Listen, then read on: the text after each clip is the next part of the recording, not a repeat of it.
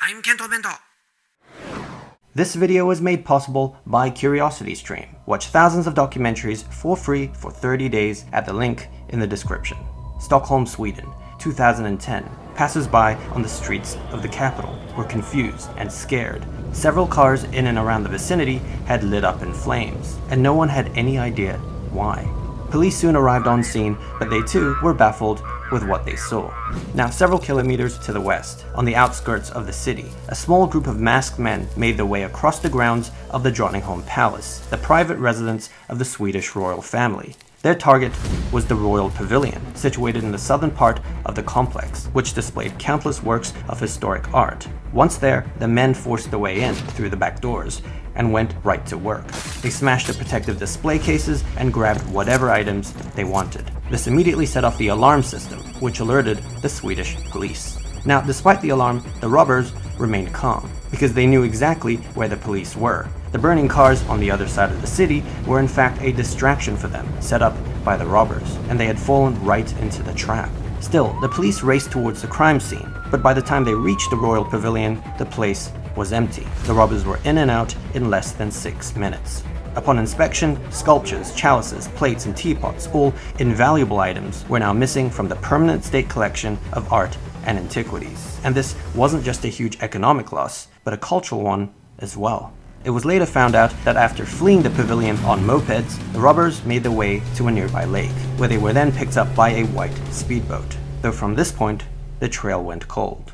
Despite this, authorities remained relatively optimistic, as in situations like these, items tended to be recovered sooner or later. Very few people are actually prepared to handle such high-profile works, as the pieces are often too difficult to sell. But what the authorities failed to realize at the time was that the culprits were no ordinary criminals. Little did they know, the Drottningholm heist was just the beginning.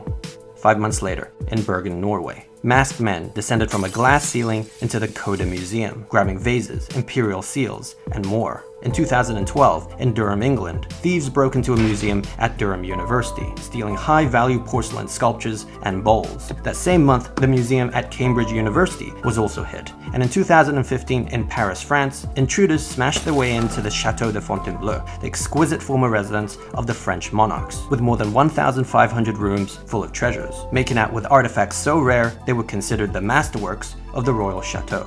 Now at this point, with all this set in Europe, you may be wondering why this video is titled the way it is. Well, it turns out the heists shared a similar MO. Cars were lit on fire as distractions for police. Actions taken were clean and meticulous. Getaway methods were often identical, but most importantly, the artifacts stolen were all of a similar type. You see, the first heist, the pavilion in Sweden on the grounds of the Drottningholm Palace, was the Chinese pavilion. The 56 objects stolen from the Coda Museum in Norway was from the China collection. Intruders broke into the Oriental Museum in Durham University, England, and it was the Grand Chinese Museum that was targeted in the Château de Fontainebleau in France. In each heist, the robbers set their sights on art and antiquities from China. In fact, it seemed they were working from a very specific shopping list. They knew exactly what they wanted and where each piece was located, and they were willing to leave behind high-value objects that weren't on the list. Like in the chateau, they completely ignored the other 1,500 rooms containing many other priceless relics, as they weren't Chinese. Interpol was put on the case, as the crimes were clearly transnational. But despite their investigation, the crime spree could not be stopped. In the years that followed, reports of Chinese art heists continued throughout museums across Europe. Now, the general feeling in intelligence circles was that the criminals were carrying out instructions from abroad as ordered jobs, with the true mastermind far from the jurisdiction of European countries. But who was this mastermind, or masterminds, and why would they steal so many documented works that can neither be legally sold nor openly exhibited? Indeed, the majority of the stolen art never actually resurfaced, increasing the likelihood that it ended up as part of someone or some organization's private collection. As the years went by, it seemed to be becoming one of the greater mysteries in art, alongside Stonehenge, Banksy, and the case of the second Mona Lisa. But upon closer inspection, the mystery of the Chinese art heists began to unravel, as signs pointed to the involvement of an elite group of individuals. But to fully understand this, we first need to go back in time, back 160 years ago to the end of the Second Opium War. Beijing, 1860.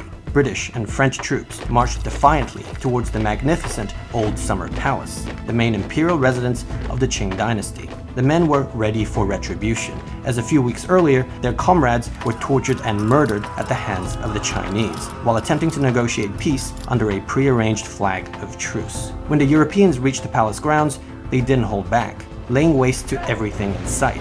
The Old Summer Palace, known for its architecture, extensive gardens, and its numerous art and historical treasures, was now being desecrated and pillaged. Sculptures, robes, jewelry, vases, chalices, plates, teapots, and even Pekingese dogs, a breed unknown to Europe at the time, were hauled away as trophies. This momentous event, set 160 years earlier, was in fact the original Chinese art heist. Perhaps the real greatest art heist in Chinese history. Once the soldiers were done pilfering, they torched the palace grounds to the horror of the Chinese. Now, the majority of the loot made its way to Europe, ending up in the possession of private collectors and royal families. Queen Victoria of Britain was even gifted the very first pet Pekingese dog ever seen in Europe, which she brazenly named Looty. Over time, many of these Chinese relics, Looty not included, made its way to museums across Europe, including the Drottningholm Palace in Stockholm, the Coda Museum in Bergen, and the Château de Fontainebleau in Paris. Present day, China is one of the countries that has suffered the most from the loss of antiquities, and in the past decades has managed to conjure a groundswell of national support for the return of their cultural art. In fact, the Chinese government has openly promoted efforts to repatriate works pillaged during the Opium Wars, most notable the invaluable items stolen from the Old Summer Palace. As a result, certain individuals in China have now taken it upon themselves to lead the charge, bringing back China's lost art piece by piece, no matter the cost. But who could this be? Who would have the resources and dedication to pull off such a feat? Well, in 2016, China made headlines for creating more billionaires than the United States, for the first time in history. The growth driven by self-made entrepreneurs, many in the tech industry. It has now reached a point where a new billionaire is minted in China every 2 days. For this new class of elites, buying up Chinese artifacts for inordinate sums of money has now become the latest hot trend. An opportunity to show off not just their newfound riches, but also their fervent patriotism. After all, the fate of the nation's plundered art from the royal residence of what was China's last dynasty has been a focal point of national pride. In 2010, in a suburban London auction house, a 16-inch Chinese vase from the Old Summer Palace started with an inconsequential price of $800,000, but ended half an hour later with a final bid of $69.5 million, 50 times its estimate. The bidder, an anonymous buyer from China. And this wasn't unique. There was also the small porcelain chicken cup, which sold for $36 million, and a Tibetan silk tapestry, which sold for $45 million. But just swooping in and purchasing artifacts left and right isn't always possible. In many cases, the most prized and rarest works of art never go up for auction. Rather, they're kept at Western museums or held in private collections. So what happens when all legal avenues have been exhausted?